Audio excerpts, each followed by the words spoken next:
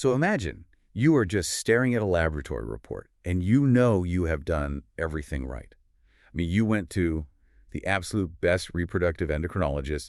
You did all the synthetic hormones right on schedule. Right, and the lab conditions for your IVF cycle were just flawlessly executed. Exactly. But then the embryo transfer still fails. It is honestly one of the most agonizing mysteries in modern medicine right now. Oh, absolutely. Because you're left wondering why a mechanically perfect process yields, well, nothing. Yeah, and the hard truth is that medical technology, as amazing as it is, can really only force an interaction. It can't manufacture the underlying cellular energy that you actually need to sustain a new life. Right, if the raw materials, the egg and the sperm, are fundamentally compromised months before they ever reach that sterile petri dish, even the best assisted reproductive technologies are going to hit a wall. Which brings us to that massive gap between what technology can stimulate and what biology can actually support. And that is exactly where diagnostic fatigue sets in for so many people. It really does, because you're handed this massive, highly clinical protocol of injections and ultrasounds, and then you read some forum post about an ancient herbal tea or a specific acupuncture routine. Yeah, and the contrast is just jarring. You have the rigid, high-tech world of Western endocrinology on one hand, and then this holistic approach of complementary medicine on the other. It breeds a lot of intense skepticism. Completely. I mean, it can feel like you are being asked to choose between hard science and, mysticism. Well, we are raising that false dichotomy today. Welcome to today's deep dive, where we are looking at excerpts from the text, Integrative Modalities for Enhancing Egg and Sperm Quality. And our mission here is to completely strip away the mysticism that usually surrounds complementary fertility treatments. Exactly. We are not talking about shifting energy or invisible meridians today. We're looking strictly at the hard biological data to figure out the precise mechanics of how interventions like acupuncture and herbal medicine physically alter the reproductive environment. Because when you actually sit down and evaluate the clinical data, the mechanisms are entirely concrete. We are talking about manipulating vascular networks, modulating central nervous system responses, and fundamentally altering cellular chemistry. Okay, let's unpack this. Before we look at how to optimize the reproductive system, we really need to establish the baseline of what is breaking down in the first place. So walk us through the physiological hurdles. Sure. So what does the human body actually have to execute to create a viable embryo, right? Where do the critical failures happen? Right. What's the baseline requirement? Well, conception requires two independent, highly sensitive manufacturing processes to execute flawlessly and then synchronize perfectly. Okay, let's start with the female side. On the female side, we're looking at oocyte maturation. An egg doesn't simply need to be released. It has to develop this incredibly complex cellular machinery required for fertilization and early embryo development. Because the egg basically carries the entire energetic burden of early cell division, right? Exactly. If it lacks sufficient mitochondrial energy reserves to divide properly in those crucial first few days, the embryo just arrests. Development stops right there. So the egg acts as the primary battery pack for the initial stages of human life. That's a perfect way to describe it. And then on the male side, the manufacturing process of spermatogenesis requires three non-negotiable parameters. Okay, what are the three? First, you need adequate concentration, meaning just the sheer volume of sperm. Second, you need rapid progressive motility. Meaning they actually possess the kinetic energy to swim efficiently through a pretty hostile environment. Exactly. And third, you need normal morphology, which dictates their structural integrity, because if the shape of the sperm head is malformed, it physically lacks the enzymatic tools to penetrate the egg's outer layer. And the really tough part is that both of those manufacturing processes operate under extreme physiological duress. I mean, things like age, systemic stress, and particularly oxidative stress. Oh, oxidative stress is huge. It acts almost like rust, just degrading a cellular machine over time. It can severely disrupt production. Right, because those factors degrade the internal bodily environment. I mean, you can have the most expensive IVF lab in the entire world, but if the internal environment where those eggs and sperm are developing is starved of blood flow or saturated in inflammation, your chances drop significantly. Your statistical chances of a successful live birth just absolutely plummet. So I want to use an analogy to frame our first intervention here. Think of the reproductive system as a high-yield garden. Okay, I like this. You can purchase the most scientifically engineered, expensive seeds on the market. which in this scenario would be your IVF protocols, right? Right, the heavy-hitting meds. But if the soil in that garden is completely devoid of moisture and the underlying irrigation system is totally shut off, planting those expensive seeds is just futile. Nothing is going to grow in dry dirt. Exactly. So when we look at acupuncture in this specific clinical context, we need to know, does it simply act as a relaxation technique to make you feel calmer? Or is it mechanically turning the physical irrigation system back on? What's fascinating here is that the clinical data leans entirely into the physical irrigation mechanism. I mean, yes, downregulating the sympathetic nervous system, lowering your body's fight or flight stress response is a documented benefit. But it's not the main event. No, the primary mechanism of action is actually mechanical. Acupuncture needles create localized microtrauma. Wait, microtrauma, like intentionally tricking the nervous system. Exactly. This microtrauma stimulates nerve fibers to send a signal directly to the central nervous system, and the brain responds to that by releasing vasodilators. Oh, wow. So it physically widens the blood vessels. Yes, it forces an immediate increase in blood circulation directly to the pelvic region and the ovaries. So we are literally using a peripheral nerve stimulus to intentionally manipulate the vascular network. That is the core mechanism right there. By forcing vasodilation, you are essentially flooding the developing follicles with oxygen and all these crucial biochemical nutrients. That makes so much sense. But the intervention goes beyond simply increasing blood flow, doesn't it? It does. The nervous system stimulation also directly modulates the hypothalamic pituitary ovarian axis, the HPO axis. Let's trace that pathway for the listener really quick. We know the HPO axis is the primary communication loop where the brain dictates reproductive function. Right. The hypothalamus releases GnRH, which signals the pituitary to secrete FSH and LH, and those hormones then drive the ovaries. So how does inserting a needle alter that specific endocrine signaling?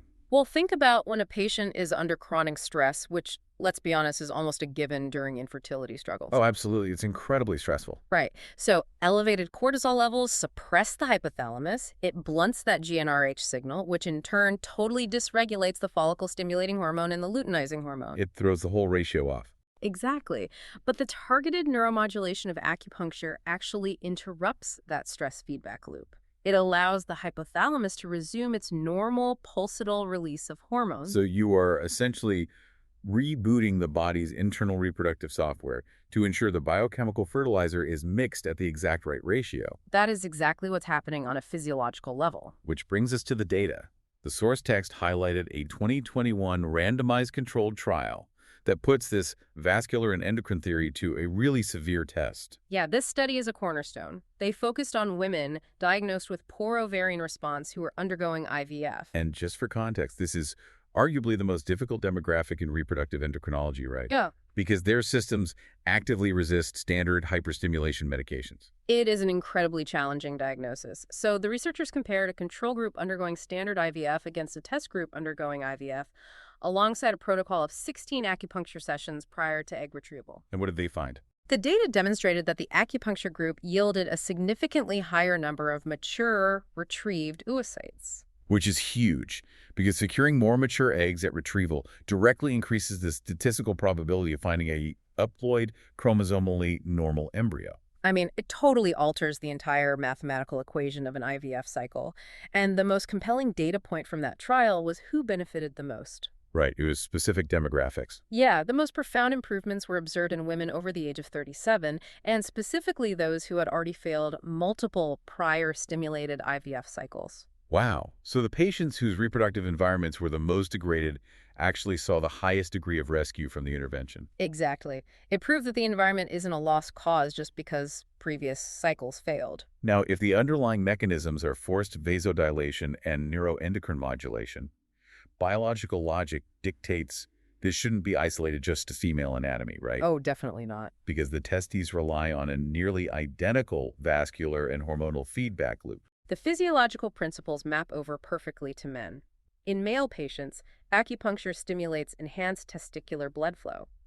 It targets the male equivalent of the HPO axis to regulate gonadotropins and testosterone production. So it's doing the same exact job, fixing the irrigation and the signaling. Right. And crucially, by increasing oxygenation and clearing out metabolic waste through that improved blood flow, it drastically reduces inflammation in the testes. It really optimizes the microenvironment where spermatogenesis occurs. And we have the metrics for that optimization, too. The 2014 Systematic Review and Meta-Analysis, detailed in the text, analyzed 4 randomized controlled trials focused entirely on men with clinically poor semen quality. And the statistical gains there were substantial. Men receiving the acupuncture intervention saw a mean difference increase of 6.42 million sperm per milliliter. I mean, an increase of over 6 million sperm in a single milliliter fundamentally changes the viability of a sample. Absolutely. Especially for natural conception or a standard intrauterine insemination where volume is everything. It is a massive upgrade in manufacturing volume. But the qualitative data was equally important here. They documented a 6.35 percentage point increase in rapid progressive motility. Because it is not enough to simply produce more sperm, is it? They have to possess the kinetic capability to swim in a straight line at high speeds. Right. Acupuncture physically improved the swimming kinematics of the sperm cells. So the data clearly establishes acupuncture as a highly effective mechanical intervention. We are improving blood flow, correcting nerve signaling, and delivering oxygen to the target sites. Which is great, but... Right, there's a but. Flushing a system with fresh blood is insufficient if the cells themselves are suffering from severe structural degradation. Exactly. We have to address the cellular rust, the oxidative stress we mentioned earlier. So we are moving from physical plumbing to chemical defense, which brings us to herbal medicine. Yeah, if we establish acupuncture as an irrigation system, herbal medicine basically functions as the biochemical repair crew. And this is where patient skepticism peaks, right?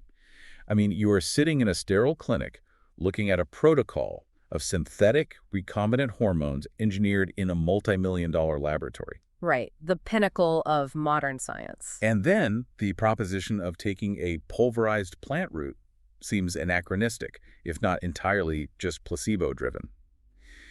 How do botanical compounds realistically compete with or complement heavy-hitting synthetic pharmacology? Well, if we connect this to the bigger picture, they are not competing at all. They are operating on entirely different biological pathways. Okay, break that down for us. So synthetic IVF hormones are designed to hyperstimulate the system to produce quantity. They basically force the ovaries to grow multiple follicles simultaneously. Right. Herbal medicine, on the other hand, is deployed to protect and enhance quality. We are talking about complex active biochemical compounds that trigger specific cellular responses, primarily targeting that oxidative stress. Let's talk about the mechanics of oxidative stress in this context. What is actually happening inside the cell? Cellular metabolism naturally produces free radicals. These are unstable molecules that damage cell membranes and degrade DNA. Like exhaust from a car engine. Perfect analogy. Normally, the body's antioxidant defenses neutralize them, but age and environmental factors cause free radicals to outnumber antioxidants, creating oxidative stress. In the ovaries, this stress attacks the mitochondria inside the developing eggs. And as we established earlier, the mitochondria are the absolute lifeblood of the oocyte. They provide the cellular energy required for the egg to divide and grow after fertilization. Exactly. So when herbal interventions are introduced, their active botanical compounds serve as highly potent exogenous antioxidants. They act as a field. Yes. They flood the follicular fluid, neutralizing the free radicals before they can damage the egg. But more importantly, specific herbal formulations provide the biochemical precursors that actually upregulate mitochondrial ATP production. Wait, so they physically repair and boost the battery packs of the oocytes? They absolutely do. That is incredible. And the 2022 meta-analysis from the source text quantifies this chemical repair perfectly.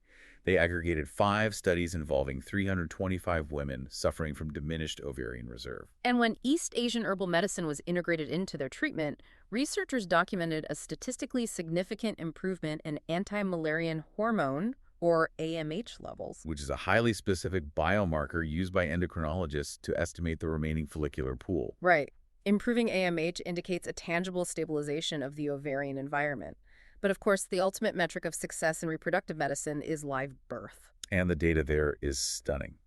The meta-analysis revealed a pregnancy rate risk ratio of 2.13 for the group utilizing the herbal medicine alongside conventional treatments. Which is massive. Yeah.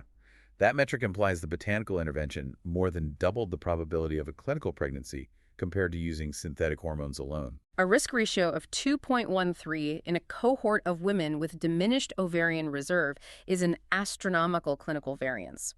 It proves that aggressively defending the mitochondrial integrity of the oocyte yields exponentially better downstream outcomes. And we see that exact same defensive principle applied to male fertility, don't we? While the female focuses on mitochondrial energy, the herbal intervention for men prioritizes protecting the payload, the genetic code itself. Yes, because sperm cells are highly susceptible to DNA fragmentation. Unlike other cells in the human body, sperm possess incredibly limited DNA repair mechanisms. So if they get damaged, they can't really fix themselves. Exactly. If oxidative stress shatters or fragments the DNA strands inside the sperm head, that damaged genetic code is delivered straight to the egg. And the egg has to try to fix it. Right. The egg will attempt to repair the fragmented DNA, but if the damage is too severe, the embryo will simply arrest, often resulting in an early miscarriage. But the systematic reviews from 2022 and 2024 involving infertile men illustrate how herbal formulations create a chemical shield against that fragmentation. The 2024 meta-analysis was particularly comprehensive on this. It confirmed that targeting the testicular environment with herbal antioxidants drove significant enhancements across every major semen parameter. What kind of metrics are we talking about here? They saw it is medically dangerous and can actively sabotage a cycle. Integration requires a practitioner who deeply understands the pharmacokinetics of both disciplines. And the source text actually provides a tangible blueprint for this integration through the Berkley Center for Reproductive Wellness, founded by Mike Berkley. Yes. Here's where it gets really interesting.